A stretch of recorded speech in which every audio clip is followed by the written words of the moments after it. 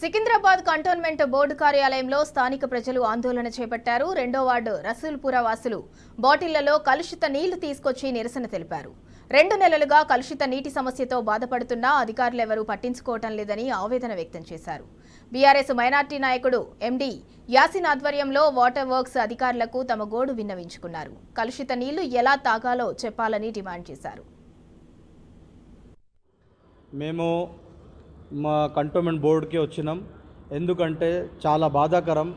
బురద నీళ్ళు వస్తుంది మంచి వాటర్లో. ఇది దాదాపు డ్రైనేజ్ వాటర్ వస్తుంది. దాదాపు ఇది ప్రాబ్లం ఒక 2 నెలల నుంచి ఉన్నది.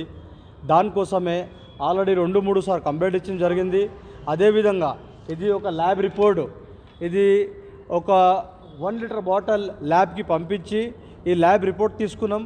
ఈ నీళ్ళు తాగితే దీనివల్ల ఏమేమవుతుందని డెంగ్యూ, మలేరియా, ఫీవర్ దాదాపు చాలామందికి ఆ రసూల్పుర వార్డ్ నెంబర్ 2లో చాలామందికి ఇంద్రమనగర్లో ఇప్పుడు చిన్న పిల్లలకి ఆల్రెడీ దగ్గు ఉన్నది, జ్వరం వచ్చింది, డెంగ్యూ వచ్చింది, మలేరియా వచ్చింది.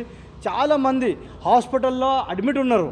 దానివల్లనే ఈ కంప్లైంట్కి ఎవరు పట్టించుకోవట్లేరు. కాబట్టి మేము ఈరోజు కంటోన్మెంట్లో వచ్చినాం. సూపరింటెండెంట్ రాజ్ కుమార్ సార్కి కలిసినాం.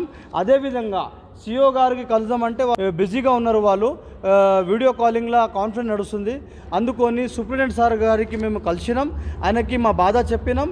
రిక్వెస్ట్ ఏమంటే వాళ్ళు ఈ పనికి తొందరగా పూర్తిగా చేయాలి. వాళ్ళు కూడా మాట ఇచ్చారు.